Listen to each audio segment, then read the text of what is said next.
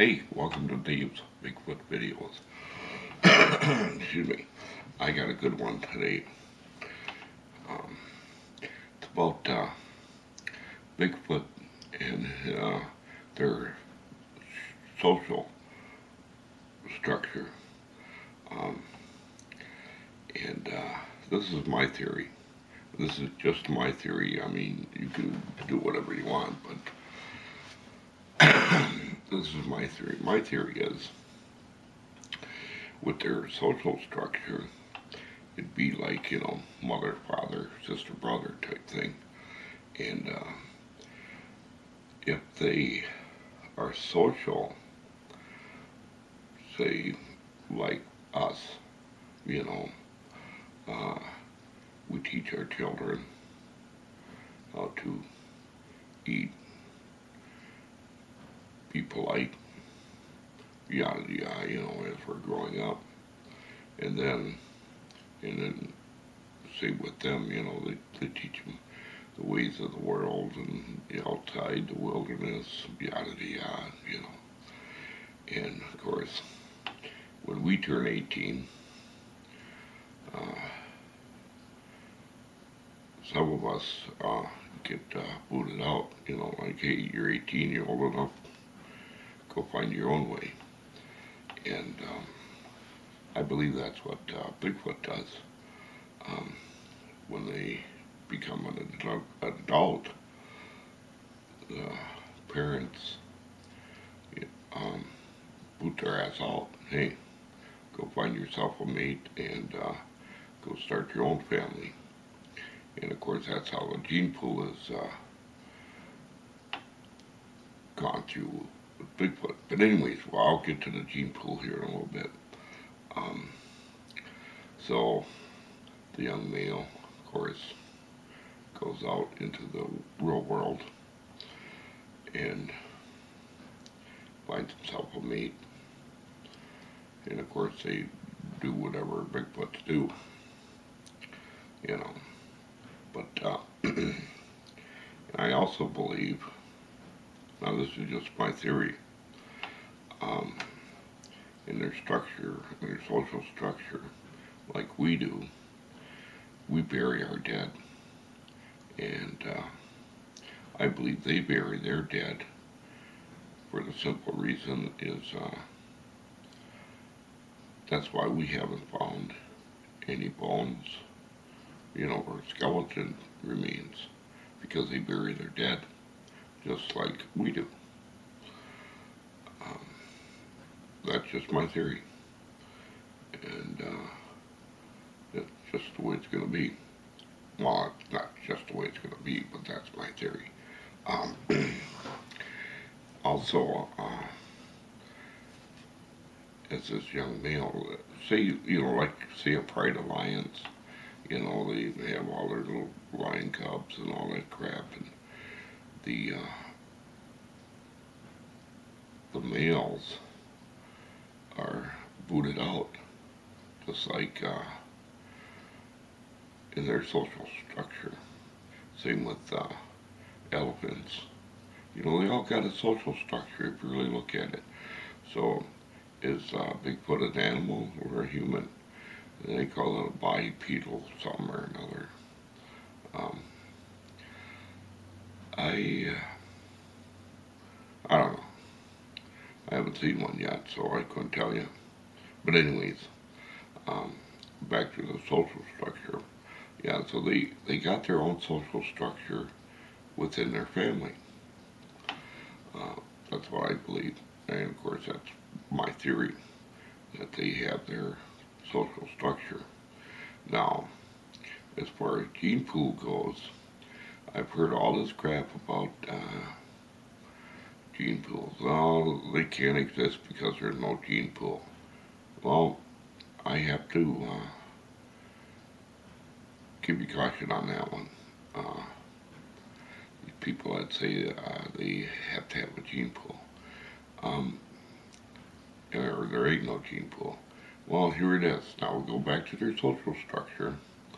The young male gets kicked out, go find and start your own family. So he goes out and course, finds himself a mate. And of course, they have their whoopee time. And of course, I don't know how long it takes for them to be pregnant or what have you, or whatever that word is. Whether it be 9 months, 10 months, 11. Ours is 9. So I'm going to go on the assumption that it's 9 months. So we'll go with 9 months. Okay, then poop, out comes a little baby, a little squatchola. Yeah, a little bambino. That's what they would call them in Mexico, little bambinos. Anyways, I don't know what baby Yowie would call a Maui. Maybe. I don't know what they call a little baby Yowie.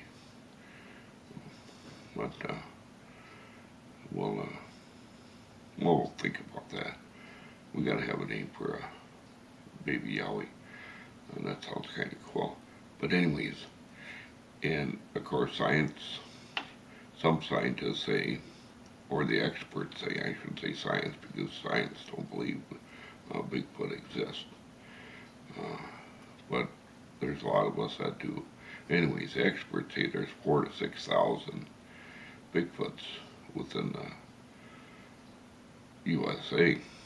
And of course, that's, if you look at all 50 states, well, except for, I'm going to go with we'll knock out Hawaii, but all 50 states, boy, that's pretty slim pickings, it's pretty slim pickings, but that proves to me, not because we got all 50 states, you're going to tell me in all 50 states and all these sightings can't all be wrong.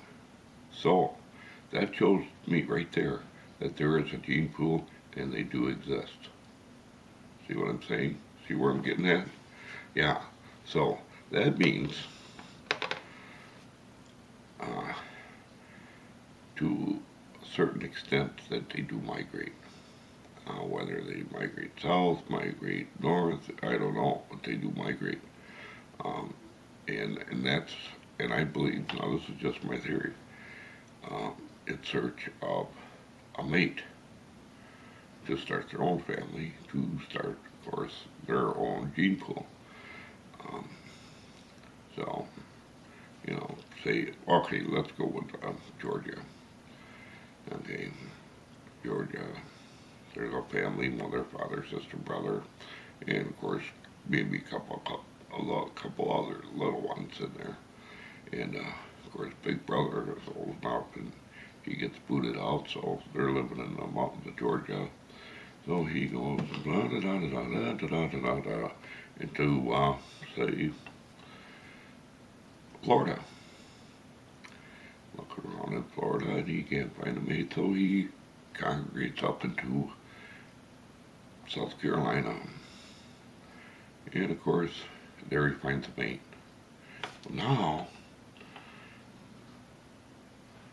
and of course, they mate and yada yada, and do the horizontal pop, and pop, out comes a little bambino, little Sasquatch, Bigfoot, so, and of course now, we're on to the next level of, hey, we're starting a new family, So, same with Florida. Florida goes into different states and what have you, and Arkansas and Alabama and whatever. And see, so now there is a gene pool that is stable. Okay, so now as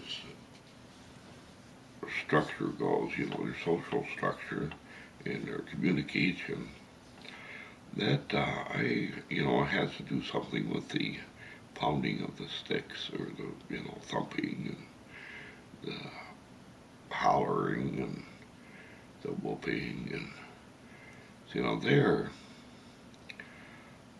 I believe, just like um, coyotes or wolves, they howl. Why do they howl? Because they want to know where you are. Not only not where you are, but where there's feeding grounds, that type of thing. So, and um, the stick pounding or thumping or whatever you want to call it, I believe that is a bit more advanced communication than we really think there is. I mean, there's, the rapid pounds or thumping, you know, starting a hunting group, so they're very sociable animals, or are we going to call them animals, or we're going to call them humans? We'll call them Bigfoots. Okay, Bigfoots are social animals, so I believe they do, if there's one family over here and one family over here, and they communicate with each other, and they decide to go out on a hunting party, much like we do. We would go through the woods, walk into the woods, and chase the deer into a shooter, just like I would say a Bigfoot does. They form their little group, have their standards over here, so then when the deer come through, the standards pound them with a club or grab them or however they kill a deer, that type of thing. So I believe they have a bigger or more advanced social structure than we may believe. See what I'm saying?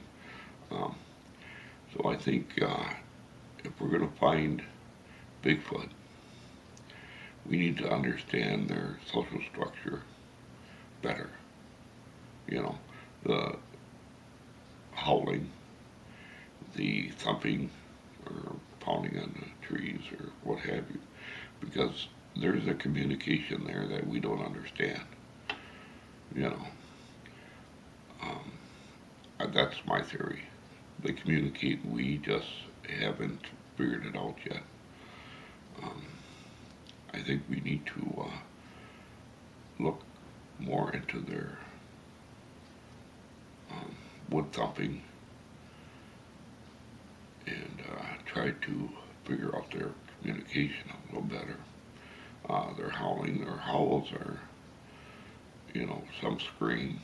There's a reason why they scream. Danger. They howl. Why? Because, see, I want you to show you, I'm showing you I'm here.